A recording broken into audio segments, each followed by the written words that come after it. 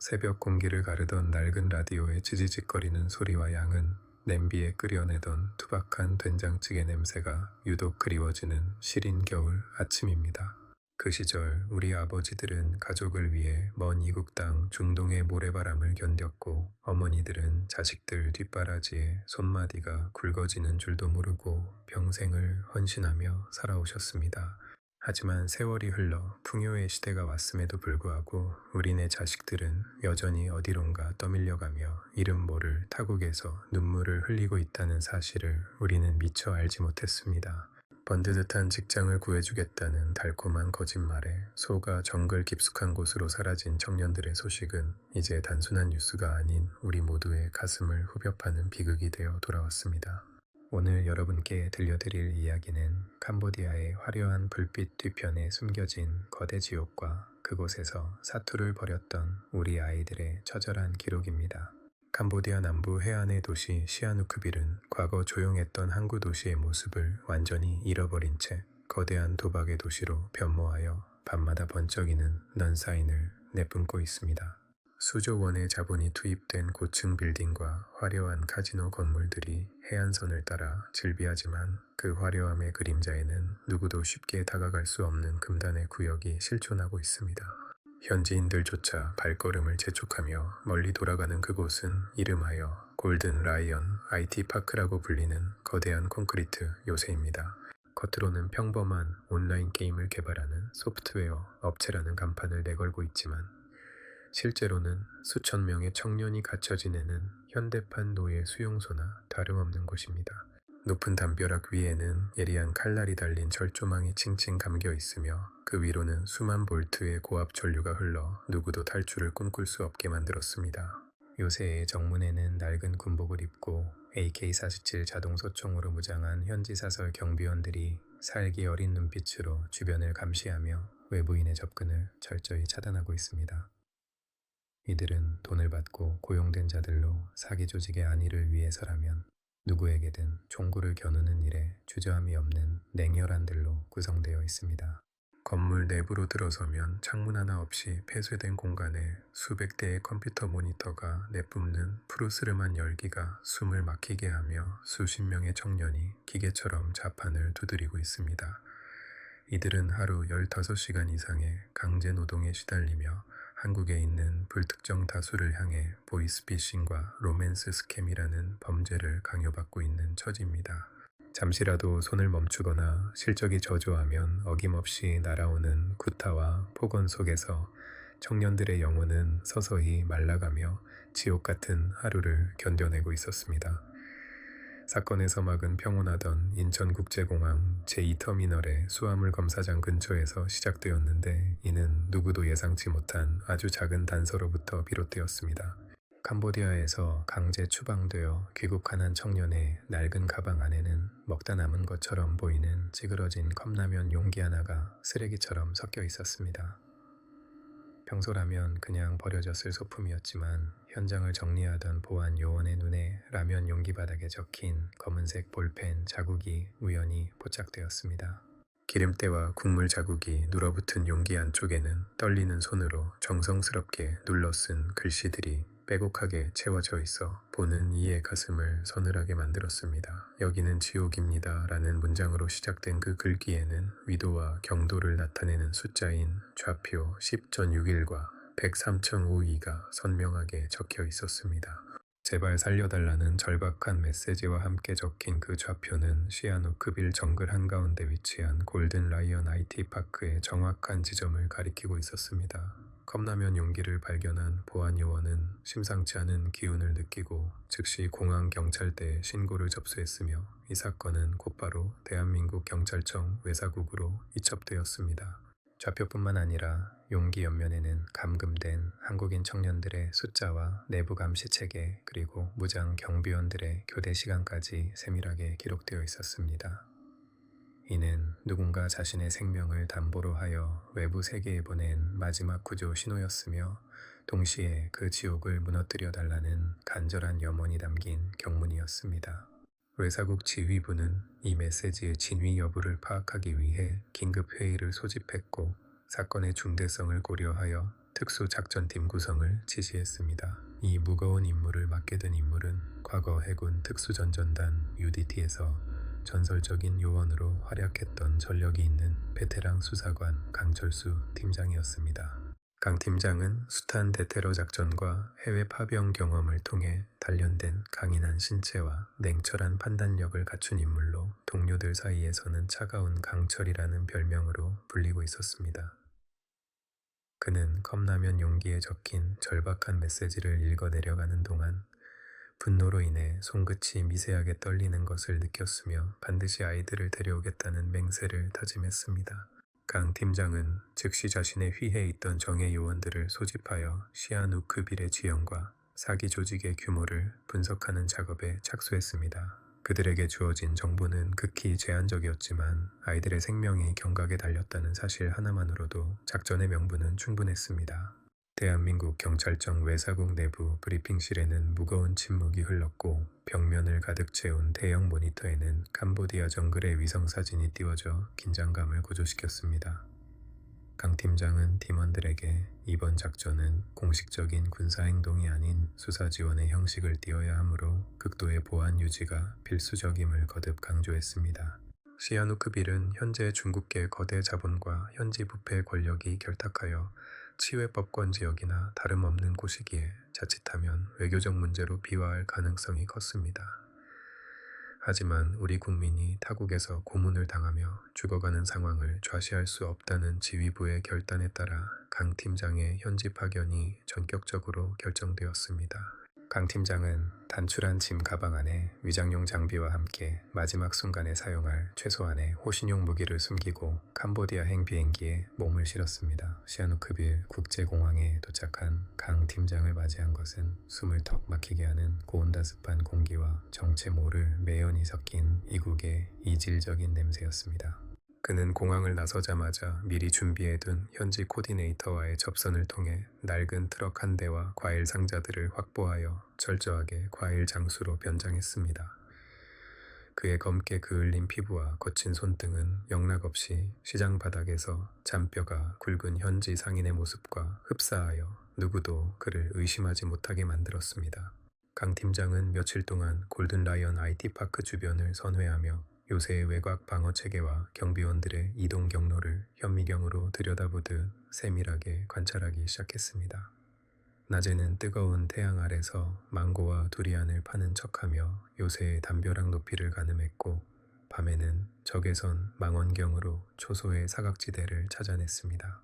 조사 과정에서 드러난 요새의 실체는 당초 예상했던 것보다 훨씬 더 조직적이고 거대하며 잔인한 방식으로 운영되고 있음이 밝혀졌습니다. 건물 전체가 하나의 거대한 감옥처럼 설계되어 있었으며 각 층으로 연결된 계단마다 지문 인식기와 안면 인식 장치가 설치되어 내부 인원들의 이동을 철저히 통제했습니다. 식사 시간조차 10분 내외로 제한되어 있었으며 청년들은 화장실에 갈 때도 경비원의 감시 아래 움직여야 하는 비인간적인 처우를 받고 있었습니다. 강 팀장은 요새 주변의 하수구를 통해 흘러나오는 오수와 폐기물들을 분석하며 내부 인원의 정확한 규모와 그들이 처한 위생 상태를 짐작할 수 있었습니다. 매일 아침 요새 안으로 들어가는 대형 식자재 트럭의 이동 시간을 체크하며 그는 서서히 작전의 밑그림을 그려나가기 시작했습니다. 어느 칠흑같이 어두운 밤 강 팀장은 요새 뒷문 근처의 숲속에 몸을 숨긴 채 숨을 죽이고 건물의 움직임을 주시하고 있었습니다. 새벽 2시경 평소에는 굳게 닫혀있던 뒷문이 육중한 소리를 내며 열리더니 번호판이 없는 검은색 승합차 한 대가 미끄러지듯 밖으로 나왔습니다. 차에서 내린 2명의 경비원은 주변을 살피더니 차 뒷좌석에서 가마니 몇 개를 끄집어내어 땅바닥에 툭 하고 던지듯 내려놓았습니다. 가마니는 무언가 묵직한 것이 들어있는 듯 둔탁한 소리를 냈으며 그 모습은 흡사 짐승의 시신을 처리하는 광경처럼 괴기스럽게 비쳤습니다. 강 팀장은 본능적으로 위험을 감지하고 특수 망원경의 배율을 최대한 높여 땅에 떨어진 가마니의 틈새를 집중적으로 살피기 시작했습니다. 그때 가마니에 터진 틈새 사이로 창백하게 질린 사람의 손목 하나가 맥없이 삐져나온 것을 강 팀장은 놓치지 않고 포착했습니다. 떨리는 렌즈 너머로 보인 그 손목에는 작은 별 모양의 문신이 새겨져 있었는데 이는 실종 신고가 접수되었던 한국인 청년 이민수 군의 특징과 일치했습니다. 강 팀장의 심장은 터질 듯이 뛰기 시작했고 분노가 혈관을 타고 전신으로 퍼져나가는 것을 억제하며 차갑게 이성을 유지하려 애썼습니다. 경비원들은 담배를 피우며 낄낄거리더니 가만히들을 숲더미 속으로 발로 차 밀어넣고는 다시 요새 안으로 사라져버렸습니다. 강 팀장은 경비원들이 사라진 것을 확인한 후 즉시 가만히로 다가가 상태를 확인했으나 이미 청년의 숨결은 차갑게 식어 있었습니다. 이민수 군의 주머니 안에서는 캄보디아에 처음 도착했을 때 찍은 듯한 빛바랜 가족 사진 한 장이 구겨진 채 발견되어 강 팀장의 마음을 더욱 아프게 했습니다. 고국에서 아들이 돌아오기만을 기다리고 있을 부모님의 얼굴이 떠오르자 강 팀장은 주먹을 꽉 쥐며 결연한 의지로 본국의 무전을 날렸습니다. 현재 상황은 단순한 감금을 넘어 조직적인 살인과 인권 유린이 자행되고 있는 전시 상태나 다름없다고 보고하며 즉각적인 작전 승인을 요청했습니다.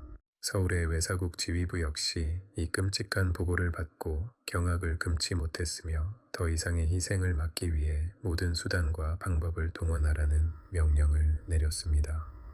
이제 더 이상 기다릴 시간은 없었으며 아이들을 살리기 위한 마지막 심판의 시간이 시시각각 다가오고 있었습니다.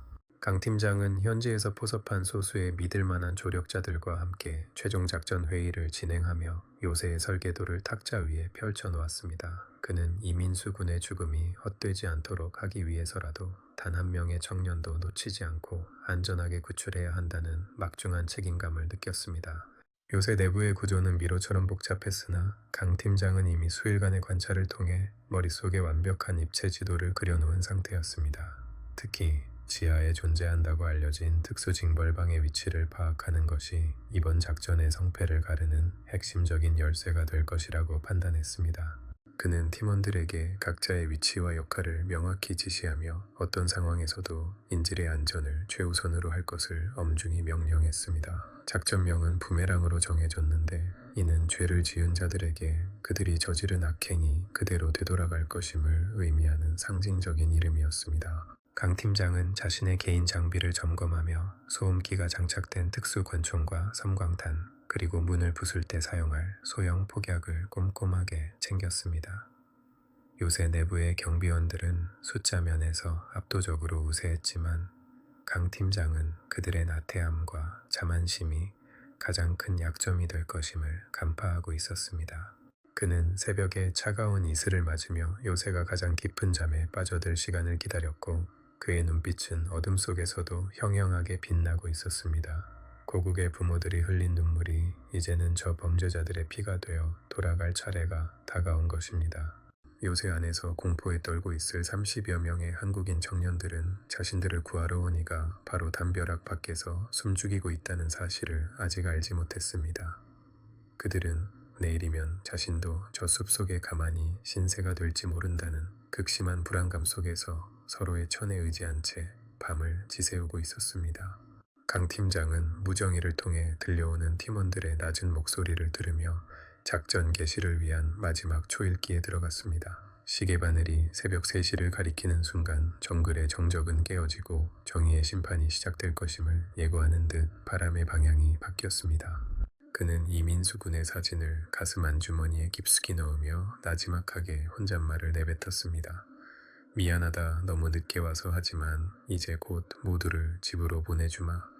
시아누크빌의 태양은 자비가 없었으며 눅눅한 습기를 머금은 바람은 살갗에 닿을 때마다 기분 나쁜 끈적임을 남기며 온몸의 진을 다 빼놓고 있었습니다. 강철수 팀장은 낡은 트럭 옆에 주저앉아 먼지투성이의 망고를 닦으며 요새의 정문을 드나드는 차량의 번호판을 하나하나 머릿속에 각인시키고 있었습니다.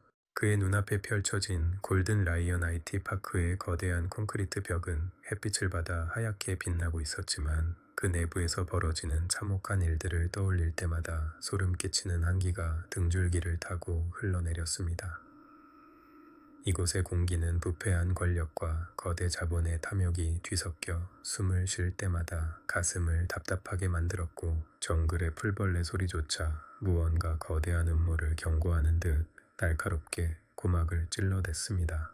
강 팀장은 가슴 안주머니에 꽂힌 이민수 군의 사진을 손끝으로 매만지며 저 견고한 성벽을 무너뜨릴 가장 치명적인 균열이 어디에 있을지를 집요하게 찾아 헤맸습니다.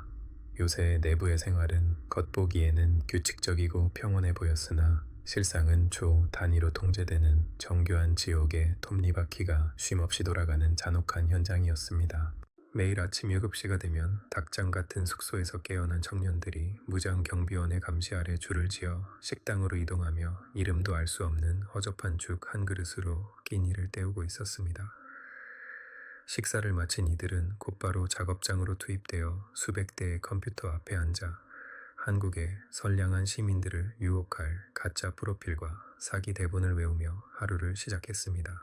작업장 내부의 온도는 서버가 내뿜는 열기로 인해 항상 30도를 웃돌았으나 전기료를 아끼기 위해 에어컨은 고위 간부들의 방에만 돌아가고 청년들은 땀범벅이 된 채 자판을 두드려야 했습니다.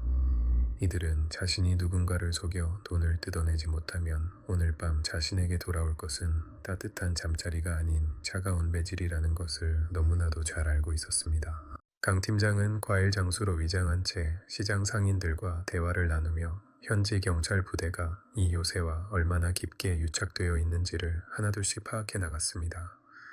현지 경찰서장은 사기 조직의 총책인 박 사장으로부터 매달 막대한 뒷돈을 챙기며 요새에서 발생하는 실종이나 사망 사건을 철저하게 은폐해주는 방패막이 역할을 자처하고 있었습니다. 이 때문에 강 팀장은 공식적인 공조 수사 대신 현지에서 돈으로 움직이는 사설 용병들과 소수의 정의로운 경찰 요원들을 포섭하여 자신만의 비밀 부대를 조직해야만 했습니다. 그는 밤마다 허름한 여인숙의 희미한 전등 아래서 입수한 첩보들을 조합하며 요새 내부 지도를 보완해 나갔고, 경비병들의 교대 시간이 15분 정도 겹치는 치명적인 허점을 발견해 냈습니다. 그 15분이야말로 지옥의 문을 열고 들어가 아이들을 데려올 수 있는 유일한 기회의 시간이자 생사의 갈림길이 될 것이 분명했습니다. 사기 조직의 실질적인 지배자인 박 사장은 과거 한국에서 건실한 IT 업체를 운영하다 부도를 내고 도망친 인물로 수단과 방법을 가리지 않는 잔혹함으로 이 정글의 포식자가 되었습니다. 그는 청년들을 단순히 사기 도구로 보는 것이 아니라 언제든 교체 가능한 소모품으로 취급하며 실적이 낮은 이들을 본보기로 고문하는 것을 즐기는 사이코패스적 기질을 보였습니다. 요새 지하에 은밀하게 설치된 특수 징벌방은 박 사장의 권위를 유지하는 공포의 상징이었으며, 그곳에 한번 들어간 청년은 제 발로 걸어 나오지 못한다는 소문이 파다했습니다. 강 팀장은 위장 정찰 도중 우연히 박 사장이 자신의 전용 차량에 올라타는 모습을 목격했으며 그의 기름진 얼굴과 거만한 몸짓을 보며 반드시 그자의 손목에 수갑을 채우겠다는 투지를 불태웠습니다. 박 사장의 눈에는 고국의 청년들이 그저 돈을 벌어다 주는 노예로 보였겠지만 강 팀장의 눈에는 그가 곧 처단해야 할 추악한 범죄자에 불과했습니다. 시간이 흐를수록 요새의 내부의 긴장감은 극에 달했고, 탈출을 시도하다 붙잡힌 한 청년의 비명이 담장 밖 정글까지 새어나오며 강 팀장의 가슴을 찢어놓았습니다. 그날 밤 강 팀장은 요새 외곽의 고압 전선 지지대를 타고 올라가 망원경으로 내부 운동장을 살피던 중 처참하게 구타당한 채 끌려가는 청년의 뒷모습을 보았습니다. 청년의 등에는 채찍에 맞은 듯한 선명한 핏자국이 새겨져 있었고, 무장 경비원들은 그를 짐짝처럼 취급하며 지하로 연결된 육중한 철문 안으로 밀어넣었습니다. 강 팀장은 그 장면을 지켜보며 주먹을 너무 세게 쥔 나머지 손바닥에서 피가 배어 나왔지만 지금 움직이면 모든 것이 수포로 돌아간다는 사실을 알기에 이를 악물고 참아냈습니다. 그는 무정의를 꺼내 본국 지휘부에 현재 상황을 실시간으로 보고하며 작전 개시 시간을 당초 계획보다 24시간 앞당겨 달라고 강력하게 요청했습니다. 강 팀장이 머물고 있던 숙소는 시내에서 떨어진 낡은 모텔이었으나 그곳은 이미 작전을 위한 전방 지휘소로 변모하여 각종 특수 장비와 무기들이 가방 속에 은밀히 숨겨져 있었습니다. 그는 소음기가 장착된 소총의 놀이쇠를 후퇴시키며 금속 특유의 차가운 감촉을 느꼈고, 내일 이 무기가 누군가의 생명을 구하고 악을 심판하는 도구가 될 것임을 확신했습니다. 함께 작전에 참여하기로 한 전직 UDT 동료 2명도 관광객으로 위장하여 현지에 도착했으며, 그들의 눈빛에는 오랜 실전 경험에서 우러나오는 침착함과 결연함이 동시에 서려 있었습니다. 이들은 요새의 위성사진을 바닥에 펼쳐놓고 진입 경로와 퇴로, 그리고 예상치 못한 변수가 발생했을 때의 예비 계획까지 수천 번 반복하며 머릿속으로 시뮬레이션을 마쳤습니다. 정글의 밤은 깊어만 갔고 요새의 주위를 감싸는 안개는 마치 내일 벌어질 유혈 사태를 미리 가려주려는 듯 더욱 짙게 깔리고 있었습니다. 요새 내부의 청년들은 자신들의 운명이 어떻게 흘러갈지도 모른 채 좁은 침상에 몸을 뉘어 내일 찾아올 고통스러운 노동을 두려워하며 뜬 눈으로 밤을 지새우고 있었습니다. 일부 청년들은 벽면에 손톱으로 가족의 이름을 새기며 언젠가 이곳을 나갈 수 있을 거라는 희망의 끈을 놓치지 않으려 애썼지만, 시간이 갈수록 그 희망은 절망으로 변해가고 있었습니다. 사기 조직은 청년들에게 가짜 희망을 심어주기 위해 가끔씩 성과가 좋은 자에게 한국 음식을 제공하거나 가족과의 짧은 통화를 허용하는 치밀한 심리전을 구사하기도 했습니다. 하지만 그 통화조차 경비원의 감시 아래 대본대로 말해야 하는 연극에 불과했으며, 수화기 너머로 들려오는 어머니의 목소리에 청년들은 소리 없이 눈물을 삼켜야 했습니다. 강 팀장은 이러한 청년들의 절망을 누구보다 잘 이해하고 있었기에 자신의 어깨에 지워진 30여 명의 생명이라는 무게가 정은망은 무겁게만 느껴졌습니다. 작전 전날 강 팀장은 마지막으로 과일 트럭을 몰고 요새 정문을 지나며 경비 초소의 위치와 서치라이트의 사각지대를 최종적으로 확인하는 대담함을 보였습니다. 그는 경비원들에게 망고 몇 개를 건네며 환하게 웃어 보였지만, 그의 예리한 시선은 초소 내부에 거치된 기관총의 종류와 탄약 상자의 위치를 정확하게 파악하고 있었습니다. 경비원들은 이 평범해 보이는 과일 장수가 내일 새벽 자신들의 목숨을 앗아갈 저승사자라는 사실을 꿈에도 모른 채 공짜 망고를 씹으며 비열한 농담을 주고받았습니다. 강 팀장은 트럭의 백미러를 통해 점점 멀어지는 요새를 바라보며 속으로 조용히 읊조렸습니다. 너희들의 그 안일함이 내일 너희들의 무덤이 될 것이며, 죄 없는 이들의 눈물은 반드시 너희들의 피로 갚게 될 것이다. 숙소로 돌아온 강 팀장은 팀원들과 함께 마지막으로 장비를 점검하며 각자의 가슴에 부착할 피하 식별 장치와 야간 투시경의 배터리 상태를 꼼꼼하게 확인했습니다. 그는 팀원들에게 이번 작전의 핵심은 신속성과 정확성임을 강조하며 지하 징벌방에 갇힌 인원들을 구출하는 동안 외곽 방어선이 뚫리지 않도록 철저히 경계할 것을 지시했습니다. 만약 현지 경찰 부대가 개입할 경우를 대비하여 외교 채널을 통한 압박 카드도 준비해 두었지만, 최악의 상황에는 교전도 불사하겠다는 것이 강 팀장의 단호한 입장이었습니다. 그는 작전 지도 위에 붉은색 펜으로 진입 지점을 표시하며 새벽 3시 정각을 기해 모든 통신 수단을 차단하고 요새를 완전히 고립시키겠다는 계획을 최종 확정했습니다. 이제 주사위는 던져졌으며 정글의 맹수들이 지옥의 아가리를 찢기 위해 어둠 속에서 발톱을 드러내기 시작했습니다. 강 팀장은 잠시 눈을 붙이려 누웠으나 머릿속에서는 계속해서 요새 내부의 비명과 컵라면 용기에 적힌 SOS 메시지가 환청처럼 들려와 쉽게 잠들지 못했습니다. 그는 자리에서 일어나 창밖을 내다보며 멀리 산등성이 너머로 보이는 요새의 희미한 불빛을 한참 동안 응시했습니다. 저 불빛 아래서 지금도 누군가는 죽음의 공포에 떨며 구원의 손길을 기다리고 있을 것이라는 생각에 강 팀장은 자신의 심장이 터질 듯이 요동치는 것을 느꼈습니다. 그는 서랍 속에서 낡은 성경책을 꺼내 가족들의 사진을 잠시 들여다본 후 다시 무거운 전술 조끼를 착용하며 인간으로서의 감정을 잠시 접어두고 오로지 작전만을 생각하는 기계가 되기로 결심했습니다. 새벽의 차가운 기운이 모텔 방안까지 스며들 무렵 강 팀장의 무정이에서 작전 개시를 알리는 짧고 강렬한 신호음이 울려 퍼졌습니다. 요새 외곽 500m 지점의 숲속에서 강 팀장과 요원들은 검은색 위장 크림을 얼굴에 펴 바르며 서로의 장비를 마지막으로 교차 점검했습니다. 나무집 사이로 비치는 달빛조차 조심스러운 이 순간 정글은 숨을 죽인 채 앞으로 벌어질 거대한 폭풍전야의 정적 속으로 빠져들고 있었습니다. 강 팀장은 소음기가 달린 권총의 약실을 확인하고 안전장치를 해제하며 팀원들에게 수신호로 이동 명령을 내렸습니다. 그들은 마치 그림자처럼 소리 없이 숲을 헤치며 요새의 서쪽 담벼락을 향해 은밀하게 접근하기 시작했고, 발밑에 밟히는 마른 나뭇가지 하나 소리 내지 않는 고도의 은신 기술을 보여주었습니다. 담벼락 밑에 도착한 강 팀장은 특수 내시경 카메라를 담장 너머로 밀어넣어 경비 초소의 내부 상황을 살폈으며 경비원 한 명이 꾸벅꾸벅 졸고 있는 것을 확인했습니다. 강 팀장은 팀원에게 수신호로 담벼락 위의 고압 전선을 절단하게 했고, 순식간에 요새 일대의 전력이 차단되며 사방이 칠흑 같은 어둠에 잠겼습니다.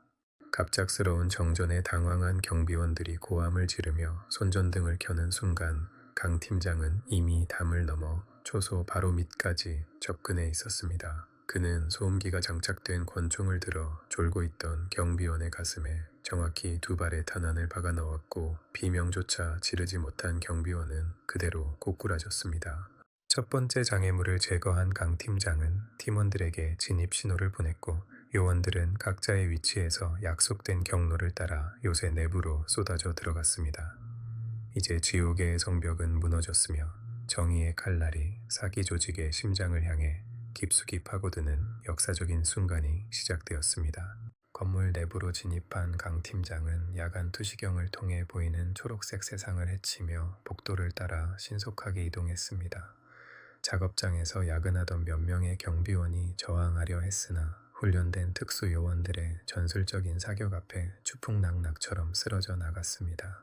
복도 곳곳에는 감시용 모니터들이 꺼진 채 검은 화면만을 내뿜고 있었고, 강 팀장은 발소리를 죽이며 지하로 연결된 계단을 찾아 내려갔습니다. 그는 계단 입구에 설치된 지문 인식기를 소형 복약으로 날려버리고 육중한 철문을 발로 차 열어젖히며 지옥의 밑바닥으로 한 걸음 더 다가갔습니다. 지하로 내려갈수록 코를 찌르는 악취와 습한 기운이 강해졌으며 어둠 속에서 누군가의 억눌린 신음이 들려오기 시작했습니다. 강 팀장은 지하 복도 끝에 위치한 철창들을 하나씩 확인하며 한국인 청년들의 이름을 나지막이 부르기 시작했습니다. 한국 경찰입니다. 모두 안심하세요. 저희가 여러분을 구하러 왔습니다. 그의 목소리는 지하 공간의 정적을 깨뜨리며 절망에 빠져있던 청년들에게 한 줄기 빛처럼 다가갔습니다. 철창 안에서 초췌한 모습으로 웅크리고 있던 청년들이 하나둘씩 고개를 들었고, 그들의 눈에는 믿기지 않는다는 듯 경악과 희망이 뒤섞인 눈물이 고이기 시작했습니다. 하지만 기쁨도 잠시 요새 상층부에서 비상벨 소리가 울려 퍼지며 조직의 본격적인 방역이 시작되었음을 알렸습니다. 박 사장의 사설 경비부대가 중무장을 한 채 지하로 내려오는 소리가 들렸고, 강 팀장은 청년들을 보호하기 위해 통로 입구에 엄폐하며 총구를 겨눴습니다. 이제 본격적인 총격전이 벌어질 긴박한 상황에서 강 팀장은 팀원들에게 청년들의 안전을 최우선으로 확보하라고 소리쳤습니다. 좁은 지하 복도는 총구에서 뿜어져 나오는 섬광과 폭음으로 가득 찼고, 탄피가 바닥을 뒹구는 소리가 날카롭게 울려 퍼지며 아수라장이 되었습니다. 사기 조직원들은 자신들의 범죄가 탄로 날까 두려워 필사적으로 저항했으나 강 팀장의 냉철한 사격 앞에 하나둘 무력화되었습니다. 강 팀장은 혼란 속에서도 박 사장의 행방을 쫓기 위해 상층부로 연결된 통로를 주시하며 전투를 이끌어 나갔습니다. 그는 이곳이 단순히 범죄 현장이 아니라 우리 청년들의 영혼을 좀먹던 거대한 악의 본거지임을 다시 한번 상기하며 단 한 놈의 범죄자도 살려보내지 않겠다는 결의를 다졌습니다. 전투는 치열하게 전개되었고, 강 팀장은 어깨를 스치는 탄환의 열기를 느끼면서도 한치의 흔들림 없이 전진을 계속했습니다. 그는 지하 작업장에 갇혀 있던 청년들을 안전한 구역으로 이동시킨 후 팀원 한 명에게 그들의 보호를 맡기고 자신은 박 사장이 머물고 있는 최상층 펜트하우스를 향해 발걸음을 옮겼습니다. 계단을 오를 때마다 경비원들의 시신이 즐비했고 요새 내부는 화약 냄새와 비명 소리로 아수라장이 되어 있었습니다.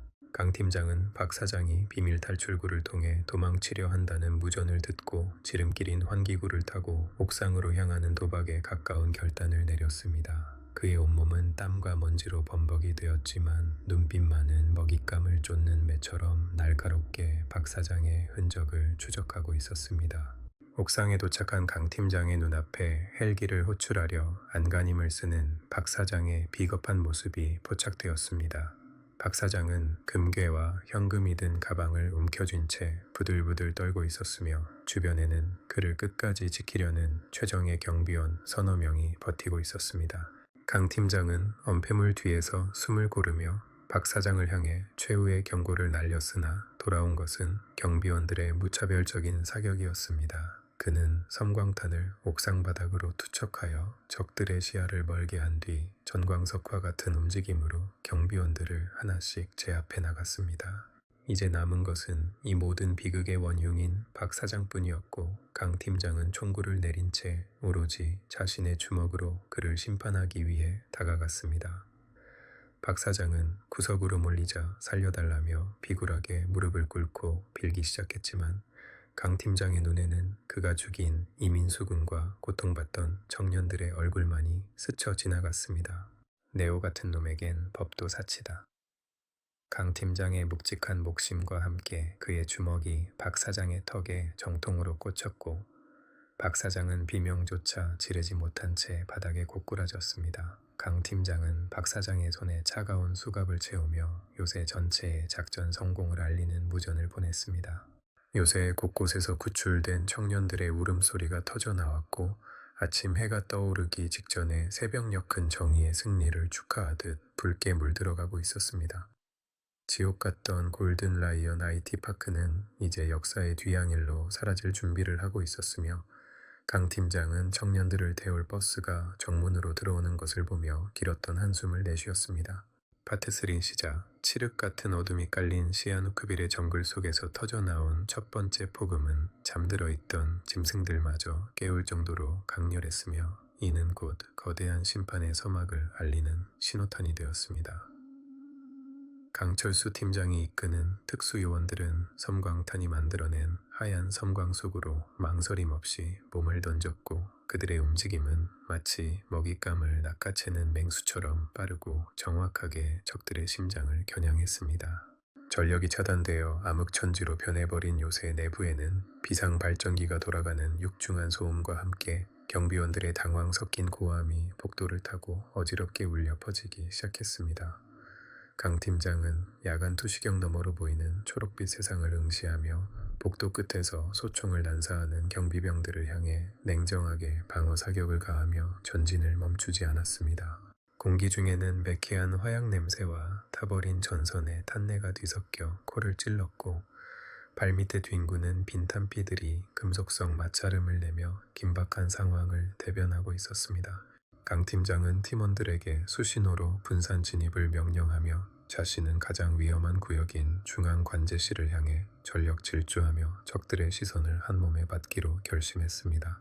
관제실은 요새 전체의 폐쇄회로 화면과 통신망을 장악하고 있는 핵심 거점이었기에 이곳을 점령하지 못하면 작전의 성공은 장담할 수 없는 절체절명의 순간이었습니다. 문을 사이에 두고 벌어진 짧지만 치열한 교전 끝에 강 팀장은 소형 폭약으로 문 경첩을 날려버리고 내부로 진입하여 저항하던 통신 요원들을 순식간에 무력화시켰습니다. 그는 제어판의 전선을 뽑아버려 요새와 외부 부패 경찰 간의 무전망을 완벽하게 차단했으며 이로써 요새는 정글 한가운데 고립된 섬이나 다름없는 처지가 되었습니다. 강 팀장의 이마를 타고 흐르는 땀방울이 눈을 찔러왔지만 그는 눈을 깜빡이는 시간조차 아까운 듯 모니터 화면에 나타난 지하 구역의 생존자들을 확인하기 위해 혈안이 되었습니다. 지하 2층으로 향하는 계단은 유독 가파르고 어두웠으며 벽면에는 누군가 피로 쓴 듯한 흐릿한 낙서들이 질비하여 이곳이 얼마나 끔찍한 장소였는지를 소리 없이 증언하고 있었습니다. 강 팀장은 계단 참마다 매설되어 있을지 모를 부비트랩을 경계하며 한 걸음 한 걸음 신중하게 발을 내디뎠고 그의 뒤를 따르는 요원들은 소총의 총구를 사방으로 겨누며 경계를 늦추지 않았습니다. 지하로 내려갈수록 환기되지 않은 곰팡내와 사람의 채취 그리고 억눌린 신음이 공기를 무겁게 짓누르고 있었으며 이는 강 팀장의 심장을 분노로 더욱 뜨겁게 달구었습니다. 그는 문득 고국에서 아들의 전화를 기다리며 밤잠을 설치고 있을 수많은 부모님의 얼굴이 떠올라 입술을 꽉 깨물며 다시 한번 전투와 끈을 동염했습니다. 지옥의 가장 깊숙한 곳으로 들어가는 이 길의 끝에 우리 아이들이 살아있기만을 간절히 기도하는 마음은 그 어떤 종교적인 믿음보다도 강렬하고 절실했습니다. 마침내 도착한 지하 감옥의 거대한 철문 앞에는 중무장한 최정예 경비원들이 최후의 보루를 지키려는 듯 방패와 자동소총을 들고 대치하고 있었습니다. 이들은 박 사장이 거액의 돈을 주고 고용한 용병들로 앞서 상대했던 일반 경비원들과는 차원이 다른 사격 솜씨와 전술적 움직임을 보여주며 요원들의 전진을 가로막았습니다. 좁은 지하 복도를 사이에 두고 벌어진 총격전은 불꽃 튀는 도비탄과 파편들로 인해 아수라장이 되었고 강 팀장은 팀원 한 명이 팔에 부상을 입는 긴박한 상황을 목격했습니다. 부상자는 뒤로 빠져라. 나머지는 나를 따라 엄폐하며 화력을 집중한다. 강 팀장의 사자후 같은 외침이 좁은 복도에 메아리쳤고 그는 연막탄을 투척하여 적들의 시야를 가린 뒤 낮은 포복으로 거리를 좁혀 나갔습니다. 적들이 연기에 당황하여 허공에 총을 갈기는 사이 강 팀장은 단숨에 거리를 좁혀 선두에 있던 용병의 목줄기를 낚아채며 백병전을 시작했습니다. 백병전은 찰나의 순간에 생사가 갈리는 처절한 싸움이었으며 강 팀장은 UDT 시절 익힌 살상무술을 유감없이 발휘하며 적들을 하나씩 쓰러뜨려 나갔습니다. 그는 적의 소총구를 손으로 쳐내며 가슴팍에 강력한 발차기를 꽂아 넣었고 균형을 잃고 쓰러지는 적의 관자놀이에 주먹을 날려 완벽하게 기절시켰습니다. 요원들 역시 강 팀장의 투지에 자극받아 필사적으로 달려들어 남은 용병들을 제압했고 복도는 순식간에 쓰러진 적들의 신음과 거친 숨소리만이 남게 되었습니다. 강 팀장은 거칠게 숨을 몰아쉬며 피 묻은 장갑을 고쳐 꼈고 눈앞에 보이는 특수 징벌방이라고 쓰인 낡은 표지판을 보며 온몸의 신경을 곤두세웠습니다. 이제 저 문만 열면 그토록 찾아 헤맸던 아이들과 마주할 수 있다는 확신이 들었지만 동시에 그 안에서 벌어졌을 참혹한 광경을 마주해야 한다는 두려움이 교차했습니다.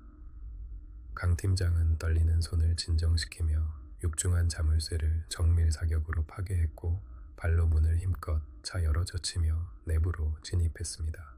좁고 습한 방 안에는 전등 하나 없이 희미한 불빛만이 새어나오고 있었으며 방구석에는 대여섯 명의 청년이 서로의 몸을 포갠 차에 공포에 질려 웅크리고 있었습니다.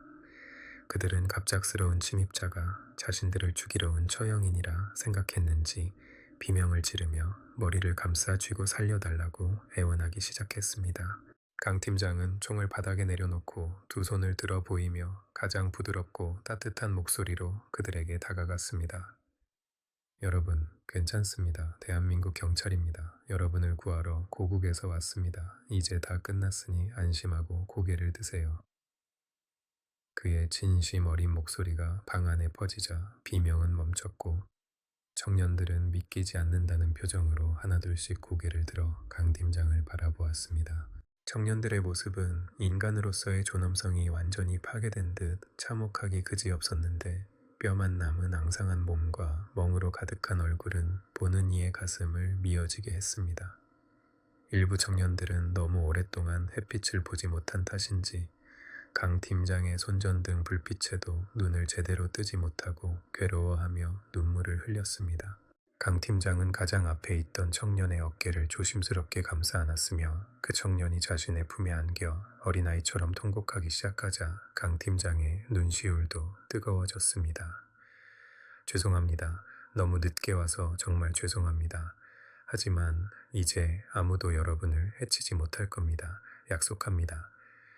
강 팀장은 청년들의 손을 일일이 잡아주며 그들이 현실로 돌아올 수 있도록 격려했고 팀원들에게 지시하여 청년들에게 깨끗한 물과 비상식량을 나누어 주게 했습니다.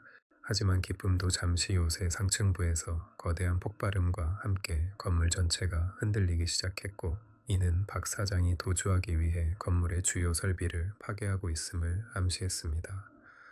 박 사장은 자신의 범죄 증거를 인멸하고 추격조의 발목을 잡기 위해 요새 곳곳에 설치해둔 가스통과 폭약들을 터뜨리기 시작한 것이었습니다. 검은 연기가 환기구를 타고 지하까지 내려오기 시작하자 강 팀장은 신속하게 청년들을 대피시켜야 한다는 판단에 이동 명령을 내렸습니다. 모두 내 옷자락이나 앞사람의 허리를 잡으세요. 절대 손을 놓으면 안 됩니다. 우리는 함께 나갑니다. 강 팀장은 부상당한 청년 한 명을 등에 업고 다른 한 명의 부축을 도우며 연기가 가득 찬 복도를 따라 지상으로 향하는 탈출구를 향해 달리기 시작했습니다. 무너져 내리는 천장 파편과 치솟는 불길을 피해가며 청년들을 이끄는 강 팀장의 모습은 흡사 전장을 누비는 수호신과도 같았습니다. 탈출 과정에서 아직 투항하지 않은 잔당들이 앞을 가로막고 총격을 가해왔지만 강 팀장은 청년들을 벽 쪽으로 밀착시킨 뒤 단호하게 대응 사격을 가했습니다. 그는 청년들이 놀라지 않도록 자신의 몸으로 그들을 방패 삼아 보호하며 한치의 물러섬도 없이 적들을 밀어붙였습니다. 조금만 더 가면 됩니다. 밝은 빛이 보이는 곳까지 힘을 내세요. 강 팀장의 격려에 청년들은 다리가 풀려 쓰러지면서도 서로를 끌어주고 밀어주며 지옥의 구멍에서 빠져나오기 위해 사력을 다했습니다. 어느덧 요새의 정문 근처까지 다다랐을 때 멀리서 사이렌 소리와 함께 현지 경찰 부대의 장갑차가 접근하는 모습이 보였으나 그들은 지원군이 아닌 박 사장을 탈출시키기 위해 온 부패한 경찰들이었습니다. 강 팀장은 상황이 더욱 악화하기 전에 본국의 지원팀에 현재 좌표를 발송하며 공중 엄호를 간곡히 요청했습니다. 정글 위로 새벽 안개가 자욱하게 깔린 가운데 요새 외곽에서는 강 팀장의 요원성과 부패 경찰들 사이에 팽팽한 대치 국면이 형성되었습니다. 현지 경찰 지휘관은 확성기를 통해 작전을 중단하고 즉시 투항하라고 협박했지만 강 팀장은 한 손에는 소총을 다른 한 손에는 구출된 청년의 손을 꼭 쥔 채 당당하게 맞섰습니다. 우리는 대한민국 경찰이다. 우리 국민의 생명을 위협하는 그 어떤 시도도 좌시하지 않겠다. 길을 비켜라.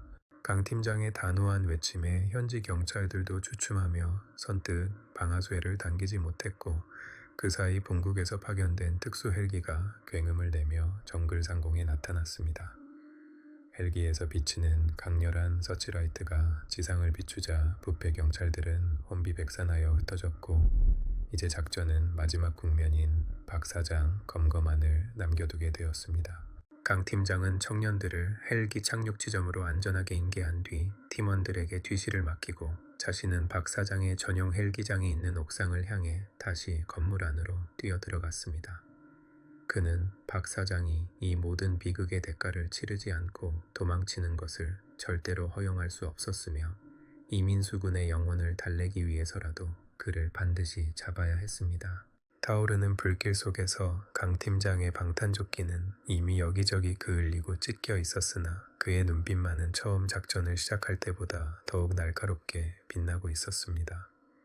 그는 옥상으로 연결된 마지막 비상계단을 단숨에 뛰어 올라갔으며 문을 열자마자 이륙 준비를 마친 헬기의 프로펠러 소리가 고막을 찢을 듯이 울려 퍼졌습니다. 헬기 근처에는 가방을 움켜쥔 박 사장과 그를 호위하는 마지막 경비 요원 2명이 초조하게 주변을 살피고 있었습니다. 박 사장은 강 팀장이 나타나자 소스라치게 놀라며 경비원들에게 사살 명령을 내렸고 옥상은 다시 한번 불을 뿜는 총격전의 현장으로 변했습니다. 강 팀장은 옥상에 설치된 대형 냉각탑 뒤로 몸을 숨기며 침착하게 적의 위치를 파악했고 단 2발의 정밀 사격으로 경비원들의 무기를 무력화시켰습니다. 무기를 잃은 경비원들이 도망치자 박 사장은 홀로 남아 벌벌 떨며 권총을 들고 조준도 못한 채 허공에 총을 쏘아댔습니다. 오지마, 오면 다 죽여버릴 거야. 돈을 줄게. 원하는 만큼 다 줄 테니 제발 보내줘. 박 사장의 비굴한 외침은 강 팀장의 귀에 그저 추잡한 소음으로만 들렸으며 그는 한 걸음씩 박 사장을 향해 압박해 들어갔습니다. 강 팀장의 발걸음 소리는 박 사장에게는 사형 선고를 알리는 종소리와도 같았으며 그는 결국 다날이 떨어진 권총을 내던지고 바닥에 주저앉았습니다. 강 팀장은 박 사장의 멱살을 잡아 일으켜 세워 그의 눈을 똑바로 응시하며 차갑게 말했습니다. 네가 버린 아이들이 보낸 SOS가 결국 너를 잡으러 온 부메랑이 되었다. 이제 네가 지은 죄를 온 세상 앞에 고백할 시간이다. 박 사장은 강 팀장의 서늘한 기운에 압도되어 아무 말도 못한 채 고개를 떨구었고 강 팀장은 그의 손목에 차가운 수갑을 채우며 요새 전체의 작전 성공을 알리는 무전을 보냈습니다. 옥상 위로 아침 해가 서서히 떠오르며 지옥 같던 요새의 잔해를 비추기 시작했고 강 팀장은 멀리 공항으로 향하는 구조버스들을 보며 비로소 짧은 안도의 한숨을 내쉬었습니다. 하지만 그의 가슴 한편에는 여전히 돌아오지 못한 이민수 군과 같은 수많은 청춘에 대한 미안함이 은거리져 남아 있었습니다. 이제 이 비극을 끝내고 남겨진 아이들을 따뜻한 부모님의 품으로 돌려보내야 하는 마지막 과제가 그를 기다리고 있었습니다. 요새 내부에서는 여전히 불길이 잡히지 않아 검은 연기가 하늘 높이 치솟고 있었지만 그 연기는 마치 이곳의 악행을 하늘에 고발하듯 힘차게 뻗어 나갔습니다. 강 팀장은 박 사장을 요원들에게 인계하고 옥상 난간에 기대어 잠시 정글의 풍경을 내려다보며 승리의 기쁨보다는 살아남은 자들에 대한 책임감을 느꼈습니다. 그는 주머니에서 이민수 군의 사진을 꺼내 마지막으로 한 번 더 들여다본 뒤 바람에 날려보내며 그의 영혼이 비로소 자유로워졌기를 빌었습니다. 민수야, 이제 너의 친구들은 집으로 돌아간다. 거기서는 부디 편히 쉬어라. 강 팀장의 읊조림은 헬기 소리에 묻혀 사라졌지만 그의 진심은 그곳에 있던 모든 이들의 가슴 속에 깊은 울림으로 남았습니다. 이제 이 거대한 사기 요새는 역사 속으로 사라질 것이며 정의가 살아있음을 증명한 이 밤의 기록은 전설이 되어 전해질 것입니다. 작전은 완벽하게 성공했지만 강 팀장은 이것이 끝이 아니라 새로운 시작임을 누구보다 잘 알고 있었습니다. 아직도 동남아시아 곳곳에는 제2, 제3의 골든라이언 IT파크가 존재하며 우리 청년들을 유혹하고 있다는 사실을 그는 잊지 않았습니다. 그는 헬기에 몸을 실으며 본국 외사국장에 보고를 올렸고 이번 사건을 계기로 국제적인 공조 수사를 더욱 강화해야 함을 역설했습니다. 헬기가 이륙하며 멀어지는 요새를 내려다보는 강 팀장의 눈에는 피로함보다는 다음 임무를 향한 불타는 의지가 서려 있었습니다.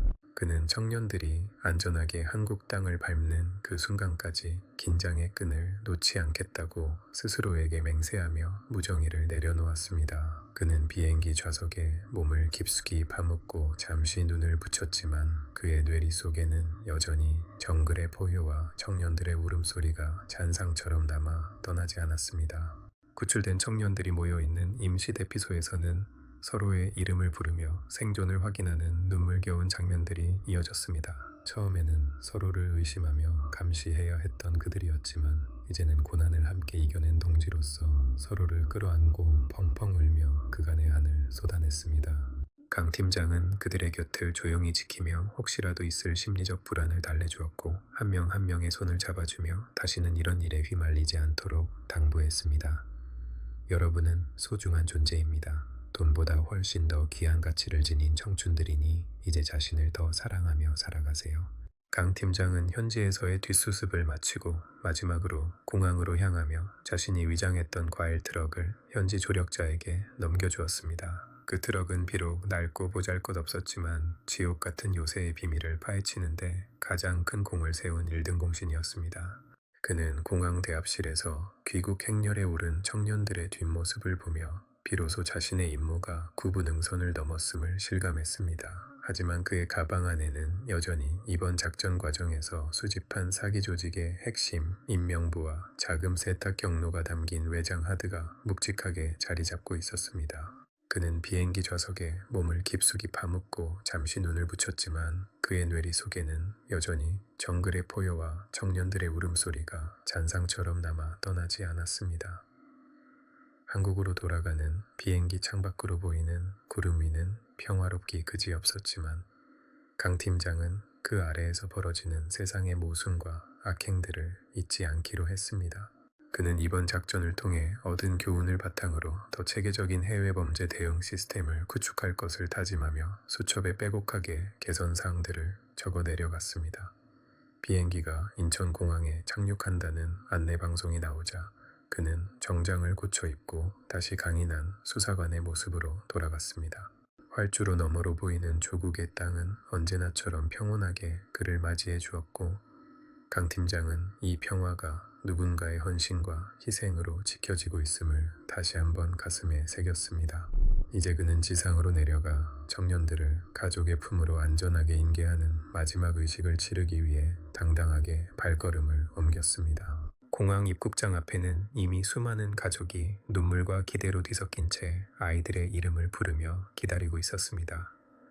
문이 열리고 수척해진 모습의 청년들이 하나둘 모습을 드러내자 여기저기서 오열 섞인 통곡이 터져 나왔고 가족들은 서로를 부여잡고 놓아줄 줄 몰랐습니다. 강 팀장은 그 광경을 멀리서 지켜보며 비로소 얼굴에 옅은 미소를 지었고 자신이 한 일이 결코 헛되지 않았음을 확신했습니다. 그는 박 사장을 호송팀에 인계하고 조용히 공항을 빠져나와 혼자만의 시간을 가졌으며 시원한 한국의 공기를 들이마시며 비로소 긴 여정의 마침표를 찍었습니다. 하지만 그는 알고 있었습니다. 내일이면 또 다른 누군가가 도움의 손길을 내밀 것이고 그때마다 자신은 다시 한번 그 지옥으로 뛰어들 준비가 되어 있다는 사실을 말입니다. 파트 4 시작. 시아누크빌의 지평선 너머로 솟아오르는 태양은 어제의 빛빛 전투를 씻어내기라도 하려는 듯 유난히도 찬란하고 고결한 빛을 사방으로 흩뿌리고 있었습니다. 화염에 휩싸인 골든 라이언 IT파크의 검은 연기가 하늘을 가리고 있었지만 그 연기 사이로 비치는 햇살은 이제 지옥에서 탈출한 청년들의 앞날을 축복하는 유일한 구원의 빗줄기처럼 보였습니다. 강철수 팀장은 옥상 난간을 꽉 움켜쥐고 멀어지는 헬기의 굉음을 들으며 자신의 가슴 속에 맺혀 있던 응어리가 조금씩 녹아내리는 것을 느꼈습니다. 그의 전술조끼는 적들의 탄흔과 먼지로 얼룩져 있었으나 그가 지켜낸 생명들의 무게에 비하면 그 어떤 훈장보다도 값지고 고귀한 헌신과 희생의 흔적이라고 할 수 있었습니다. 정글의 아침 공기는 여전히 습하고 무거웠지만 이제 그 공기 속에는 더 이상 공포와 절망이 아닌 자유와 희망의 숨결이 섞여 흐르고 있음을 강 팀장은 본능적으로 감지할 수 있었습니다. 수갑이 채워진 채 바닥에 쓰러져 있던 총책 박 사장은 비굴한 눈빛으로 강 팀장의 눈치를 살피며 자신의 죄를 덮기 위해 끊임없이 웅걸거리는 비겁한 변명들을 쏟아내고 있었습니다. 박 사장의 입에서 나오는 추악한 말들은 강 팀장의 귀에는 그저 하찮은 벌레의 날갯짓 소리보다 못하게 들렸습니다. 그는 박 사장을 향해 싸늘한 시선을 던지며 단호한 어조로 일침을 가했습니다. 네가 말하는 그 먹고 산다는 핑계 때문에 얼마나 많은 청년의 인생이 송두리째 뿌리 뽑혔는지 아직도 모르겠느냐. 네가 착취한 그 돈은 청년들의 피눈물이며 네가 세운 이 요새는 그들의 무덤이었다는 사실을 감옥에 가서 평생 뼈저리게 반성해라. 요새 정문 앞으로 집결한 30여 명의 한국인 청년들은 자신들을 태우러 온 버스의 차가운 철판을 어루만지며 이것이 꿈이 아니라는 사실을 확인하기 위해 서로의 볼을 꼬집고 어깨를 감싸 안았습니다. 이들은 불과 몇 시간 전까지만 해도 차가운 지하 방방에서 죽음만을 기다던 처지였으나 이제는 다시 사랑하는 부모님의 품으로 돌아갈 수 있다는 기적 같은 현실 앞에서 오열하고 있었습니다. 초췌한 얼굴에 덥수룩하게 자란 수염, 그리고 영양실조로 푹 꺼진 눈동자에는 그간 겪었던 말로 다 할 수 없는 고통과 고문의 흔적들이 고스란히 남아있어 보는 이들의 가슴을 먹먹하게 만들었습니다. 하지만 누군가 시작한 아리랑의 선율이 나지막하게 울려 퍼지자 청년들은 하나둘씩 목소리를 합치기 시작했고 그 노랫소리는 시아누크빌의 정글 속으로 퍼져나가며 지옥을 무너뜨린 승전가처럼 울려 퍼졌습니다. 강 팀장은 버스에 오르는 청년들의 뒷모습을 일일이 지켜보며 그들의 이름을 가슴속에 새겼고 다시는 이런 비극이 반복되지 않게 하겠노라 스스로 다짐했습니다. 버스가 덜컹거리며 공항으로 향하는 동안 창밖으로 스쳐 지나가는 캄보디아의 풍경은 청년들에게는 마치 흑백 영화의 한 장면처럼 생경하고 낯설게만 느껴졌습니다. 그들은 창문에 이마를 맞대고 멀어지는 요새를 바라보며 그곳에서 먼저 세상을 떠난 동료들의 이름을 부르며 소리 없는 눈물을 훔치기도 했습니다. 강 팀장은 청년들 사이를 오가며 그들의 상태를 살폈고 외상 후 스트레스 장애를 겪을 수 있는 이들을 위해 따뜻한 담요와 물을 건네며 마음의 안정을 찾도록 최선을 다했습니다. 이제 정말 안전합니다. 한국에 도착하면 맛있는 밥도 먹고 따뜻한 집에서 푹 자면 모든 게 다 괜찮아질 겁니다. 강 팀장의 투박하지만 진심 어린 위로에 청년들은 조금씩 표정을 풀기 시작했고 일부는 강 팀장의 손을 잡으며 생명의 은인에 대한 무한한 감사를 표했습니다. 이들에게 강 팀장은 단순히 경찰 수사관이 아니라 무너져가던 삶을 다시 세워준 수호천사이자 아버지 같은 존재로 기억될 것이 분명했습니다. 시아누크빌 국제공항에 마련된 임시 출국 게이트에는 대한민국 대사관 직원들과 의료진이 배치되어 귀국 준비를 서둘렀으며 현지 경찰들도 이번에는 방해가 아닌 협조의 자세로 경비를 섰습니다. 강 팀장은 출국 수속을 마치는 청년들을 지켜보며 마지막까지 주변을 경계했으며 혹시 모를 조직의 잔당들이 보복 공격을 감행하지 않을까 긴장의 끈을 늦추지 않았습니다. 비행기 트랩을 오르는 청년들의 발걸음은 처음에 요새를 나올 때보다 훨씬 가볍고 경쾌해 보였으며 그들의 등 위로 쏟아지는 아침 햇살은 찬란한 미래를 약속하는 듯했습니다. 강 팀장은 마지막 청년이 비행기 안으로 들어가는 것을 확인한 뒤에야 비로소 안도의 한숨을 내쉬며 담배 한 대를 꺼내 물고 하늘을 향해 연기를 내뿜었습니다. 그는 이 연기가 정글의 악취와 비극을 모두 씻고 멀리 사라지기를 바랐으며 자신의 임무가 여기서 끝이 아님을 다시 한번 상기하며 비행기에 몸을 실었습니다. 비행기 내부의 공기는 적막했지만 그 적막함은 평화와 안식을 상징하는 것이었으며 청년들은 좌석에 몸을 깊숙이 묻고 그토록 그리워하던 고국의 향기를 상상하며 잠에 빠져들었습니다. 강 팀장은 기내 창문을 통해 아래로 보이는 캄보디아의 울창한 숲을 보며 그 속에 숨겨진 또 다른 어둠의 요새들이 하루속히 모두 사라지기를 간절히 염원했습니다. 우리 사회가 청년들에게 제대로 된 기회를 주지 못해 이들이 타국으로 떠밀려가 범죄의 표적이 되었다는 사실은 기성세대의 한 사람으로서 참을 수 없는 부끄러움으로 다가왔습니다. 그는 수첩을 꺼내 이번 작전의 보완점과 향후 보이스피싱 범죄를 뿌리 뽑기 위한 전략들을 꼼꼼하게 정리하기 시작했으며 그의 펜 끝은 정의를 향한 열망으로 더욱 날카롭게 빛나고 있었습니다. 한국으로 향하는 수천 킬로미터의 비행 시간 동안 강 팀장은 단 한순간도 눈을 붙이지 않고 청년들의 안전을 확인하며 자신의 소명을 다하는 모습이었습니다. 어느덧 구름 아래로 익숙한 한반도의 지형이 보이기 시작했고 인천국제공항에 착륙한다는 안내방송이 나오자 기내에서는 짧은 단성과 함께 낮은 울음소리가 다시 터져 나왔습니다. 창밖으로 보이는 영종도의 풍경과 조국의 산천은 지옥에서 돌아온 청년들에게는 세상에서 가장 아름답고 눈부신 풍경으로 다가왔을 것이 분명합니다.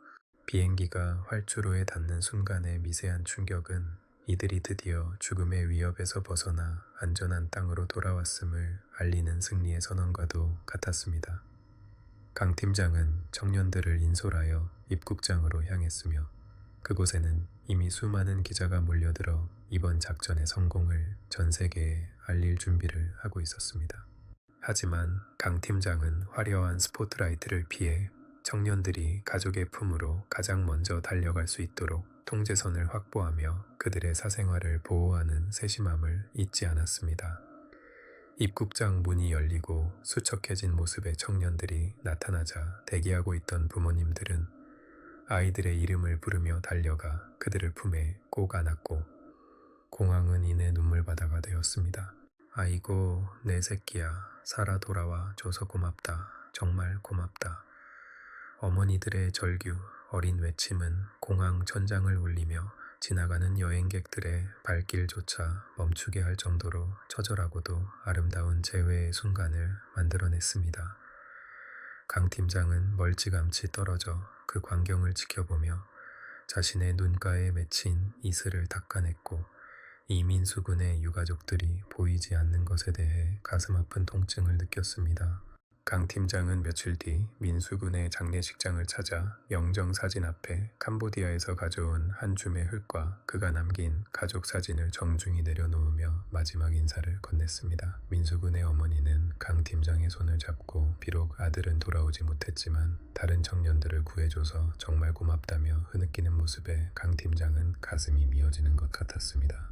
어머님, 민수의 희생이 헛되지 않도록 저 박 사장과 그 일당들에게 세상에서 가장 무거운 벌을 내리겠습니다. 부디 민수도 저 세상에서는 고통 없이 편히 쉴 수 있을 겁니다. 강 팀장의 약속은 슬픔에 잠긴 유가족들에게 작은 위로가 되었고 그는 장례식장을 나서며 다시는 이 땅의 청년들이 눈물 흘리는 일이 없도록 투쟁하겠노라 맹세했습니다. 이번 사건은 우리 사회에 큰 경종을 울렸으며 해외 취업 사기에 대한 경각심을 고취하고 정부 차원의 강력한 보호 대책을 마련하는 계기가 되었습니다. 우리는 흔히 1970년대와 80년대의 고난을 이야기하며 지금의 풍요를 당연하게 여기지만 그 풍요의 이면에는 여전히 사각지대에서 고통받는 청춘들이 존재한다는 사실을 잊어서는 안 됩니다. 우리 아버지들이 중동의 뜨거운 사막에서 벌어온 외화가 한강의 기적을 만들었듯이 이제는 우리가 그들의 자녀들이 타국에서 부당한 대우를 받지 않도록 든든한 울타리가 되어주어야 합니다. 시아누크빌의 지옥, 요새는 무너졌지만 아직도 우리 사회 곳곳에는 돈을 미끼로 청년들의 꿈을 짓밟는 수많은 박사장이 숨어 지내고 있을지도 모릅니다. 이번 작전의 성공은 단순히 범죄 조직을 소탕한 것을 넘어 정의가 살아있음을 증명하고 국가가 국민의 생명을 끝까지 책임진다는 신뢰를 회복한 역사적인 사건이었습니다.